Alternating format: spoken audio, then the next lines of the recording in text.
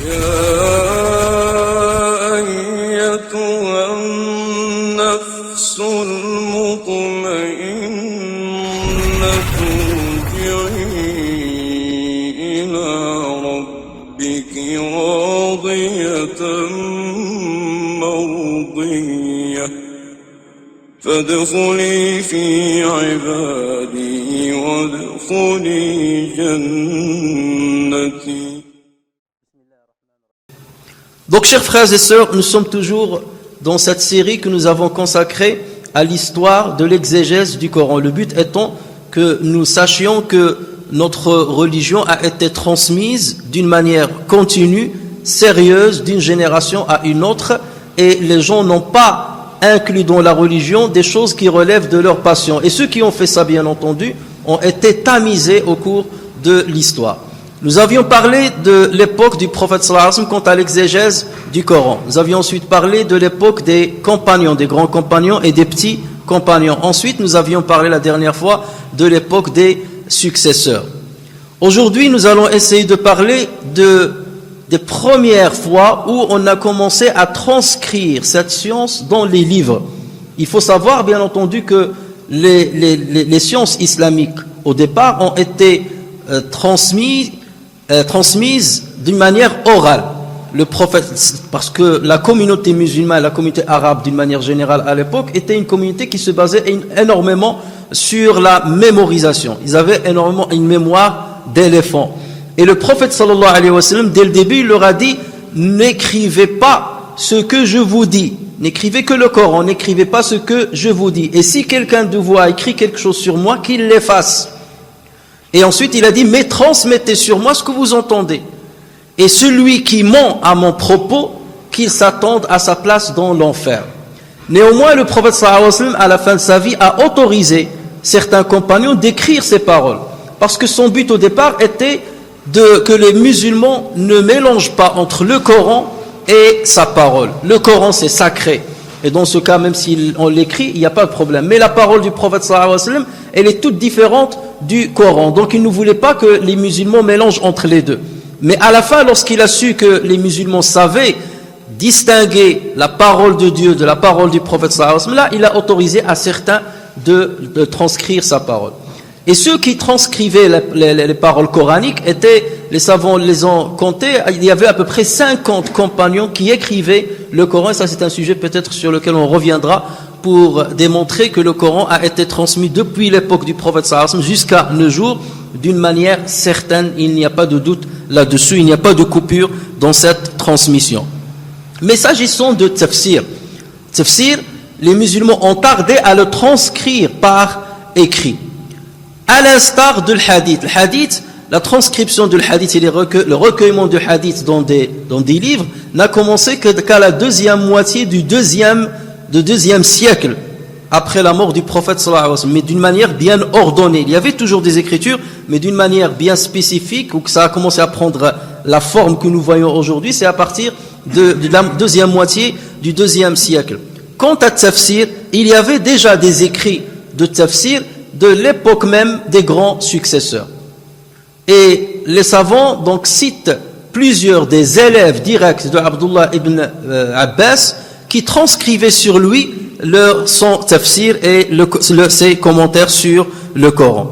Et parmi ceux-là, il y a l'imam Mujahid ibn Jabr dont on a parlé la dernière fois, il y a Saïd ibn Jubayr, il y a Arbada al-Tamimi, il y a Abu Malik al-Ghifari, et il y a Abu Salih Badham. Abu Salih Badham était un ancien esclave de Hani, qui n'est autre que la fille de Ali ibn Abi Talib, ce qui montre bien que même les avis, les commentaires de Ali ibn Abi Talib ont été transcrits.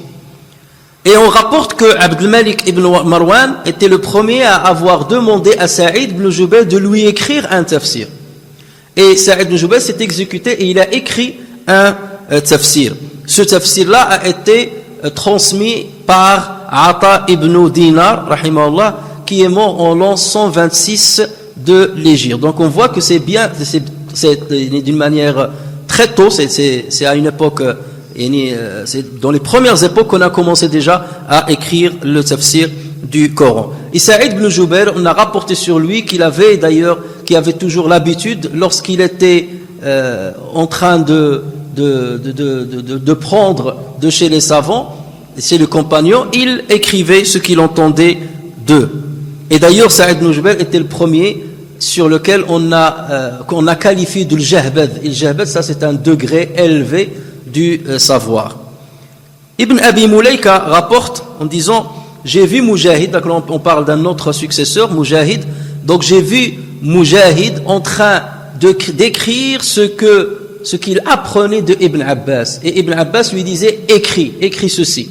Donc, et il avait ses tablettes, ce qui montre bien qu'on a commencé déjà à cette époque, alors que les compagnons étaient déjà présents, à transcrire et à recueillir les commentaires du Coran. Et les savants, il faut savoir que depuis le départ, ils ont commencé à faire le tri.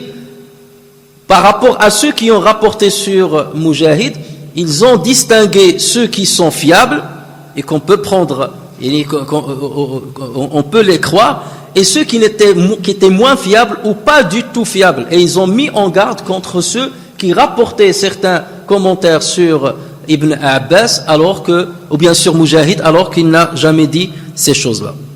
Chers frères et sœurs, la transcription écrite de l'exégèse du Coran, dans la deuxième moitié du 1er siècle, a été de 3 catégories. On a transcrit ce qui a été rapporté comme commentaire du prophète sallallahu alayhi wa sallam sur certains versets.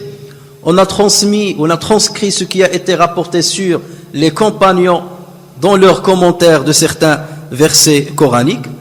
Et ceux qui ont fait ce travail-là sont par exemple les élèves de Ibn Abbas, les élèves de Ubay ibn Ka'b, qui était à Médine, et les élèves de Abu Huraira radiyallahu anhum ajma'un.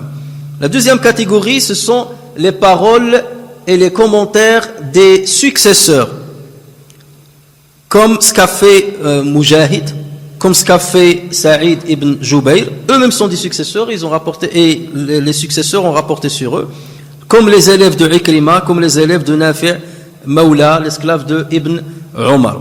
Troisième catégorie, c'est le recueillement de ce qui a été rapporté sur ce qu'on appelle Israël, sur Banu Israël. Il faut savoir, comme on a dit la dernière fois, que parmi les compagnons et ceux qui sont venus après, des juifs qui se sont convertis à l'islam. Et donc il était naturel qu'ils rapportent ce qu'ils avaient lu dans leurs livres.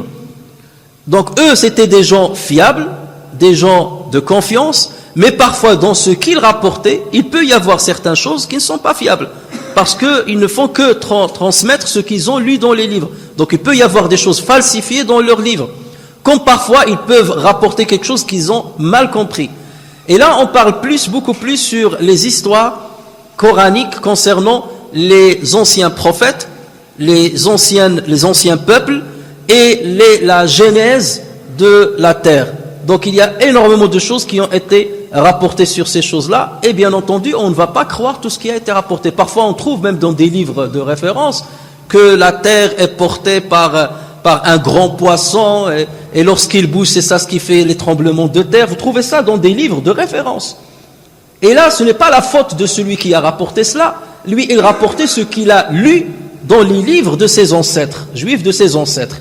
Et c'est là où les savants ont commencé à faire très attention, déjà à faire le tri entre ceux qui sont fiables dans ce qu'ils rapportent, ça veut dire déjà ils sont honnêtes dans ce qu'ils rapportent, et ensuite tamiser ce qu'ils rapportent, et faire la distinction entre ce qui est acceptable et ce qui ne l'est pas. Donc il faut faire très attention, ce n'est pas tout ce qu'on rapporte sur Ka'b al-Ahbar radiyallahu anhu est authentique et acceptable, bien qu'il soit quelqu'un qui est fiable. Et ceci pendant donc le premier siècle, ces gens-là étaient des gens de confiance, tels que Ka'b al-Ahbar, lorsqu'on parle de lui, c'est quelqu'un de confiance, tel que Wahb ibn Munabbih, qui est d'origine yéménite et qui a des origines juives. Ce qu'il rapportait, donc il était honnête dans ce qu'il rapportait, mais bien entendu, comme j'ai dit, on tamisait ce qu'il rapporte, comme Mourith ibn Sami, qui rapportait énormément sur Ka'b al-Ahbar, et comme Tabir ibn Amir al-Himyari, qui était le beau-fils de Ka'b al-Ahbar, le fils de sa femme, d'une de ses femmes. Donc il rapportait sur son beau-père ce qu'il a entendu de lui, et c'était quelqu'un qui s'est converti à l'époque de Abu Bakr Siddiq, et quelqu'un qui a récité le Coran devant Mujahid, et quelqu'un qui est considéré par tous les savants comme quelqu'un de véridique et de fiable. Mais en revanche, lorsqu'on parle du 2e siècle de l'Hégire et du 3e siècle de l'Hégire, c'est là où ce qu'on appelle les récits israélites ont commencé à devenir nombreux. Parce que ça fait toujours... lorsque vous avez quelqu'un ce qu'on appelle qassasson, ceux qui viennent devant les gens pour leur raconter des histoires, parfois des exhortations, ça fait toujours bien de se baser sur des récits anciens.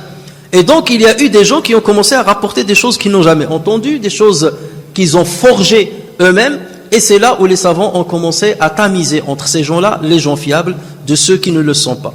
Et les premiers exégètes qui ont commencé à recueillir et à transcrire l'exégèse du Coran dans leurs livres ont fait attention déjà, et ils ont délaissé énormément de choses rapportées sur Banu Israël. Et parmi ces savants-là, il y a l'imam Abd al-Razzaq as-San'ani, un des maîtres de Ahmed ibn Hanbal.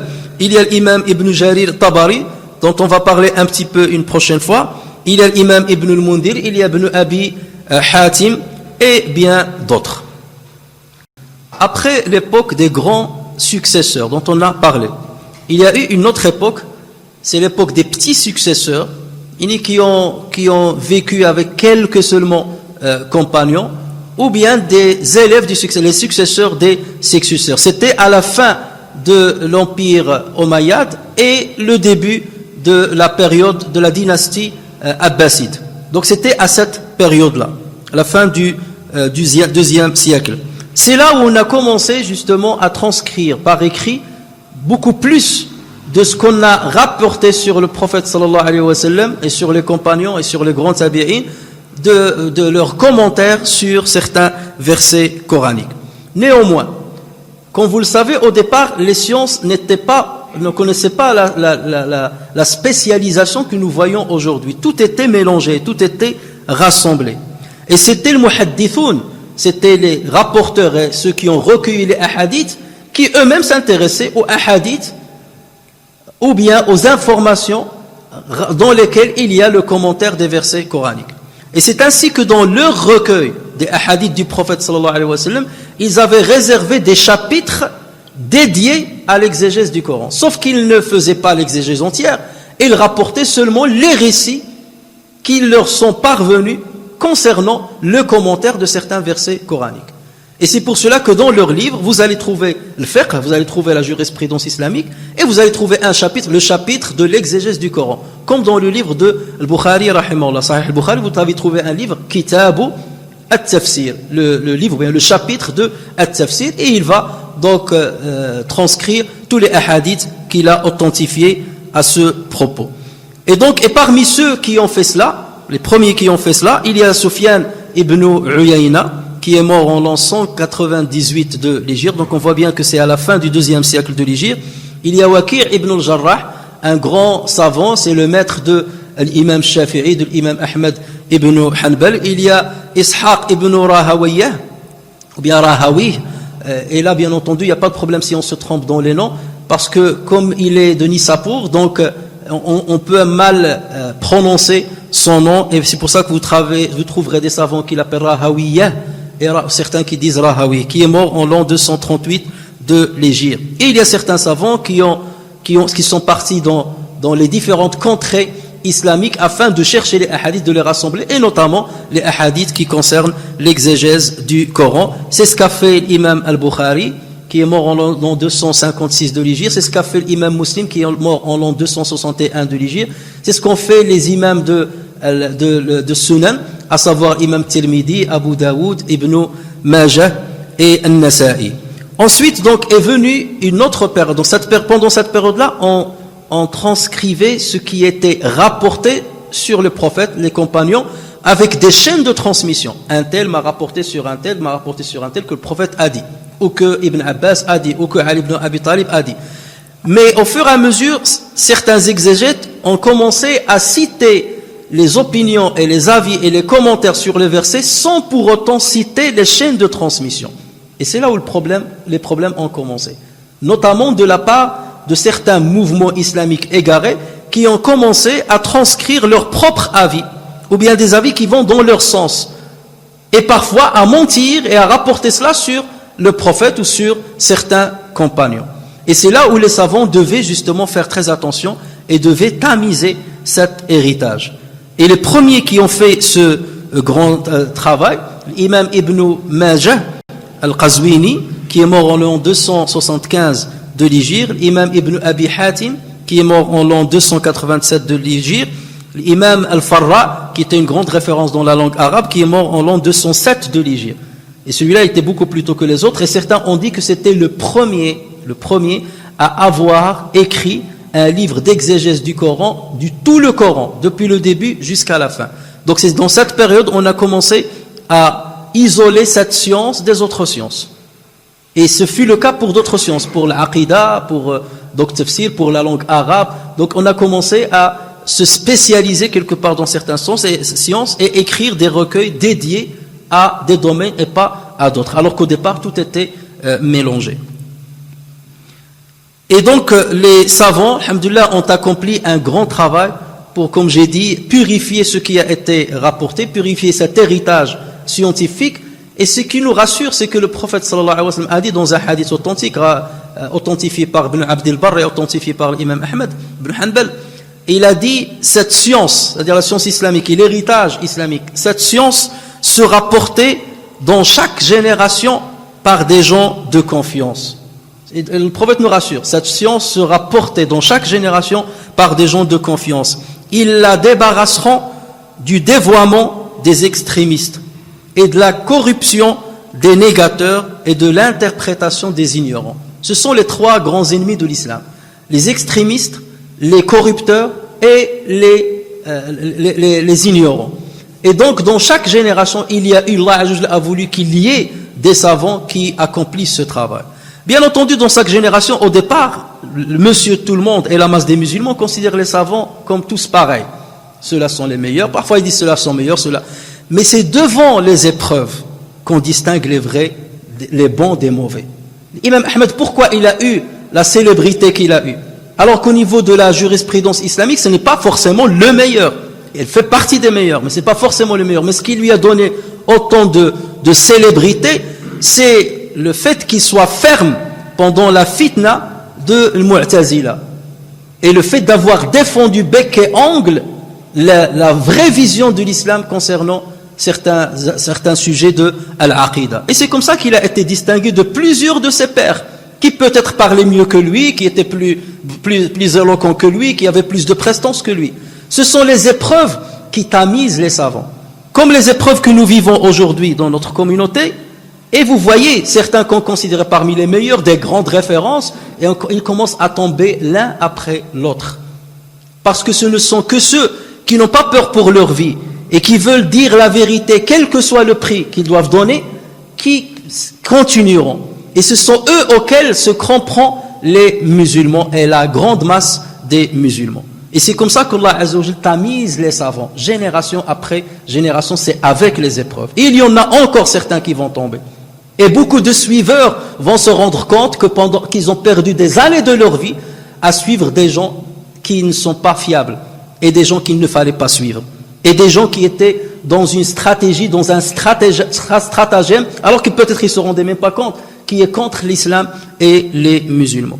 Mais c'est l'histoire qui va montrer les meilleurs des mauvais. Et le prophète sallallahu alayhi wa sallam, heureusement, nous a rassurés à ce niveau-là. Et c'est pour cela qu'on a toujours tamisé et qu'on a toujours gardé le bon de ce qu'il faut prendre au sein de notre communauté.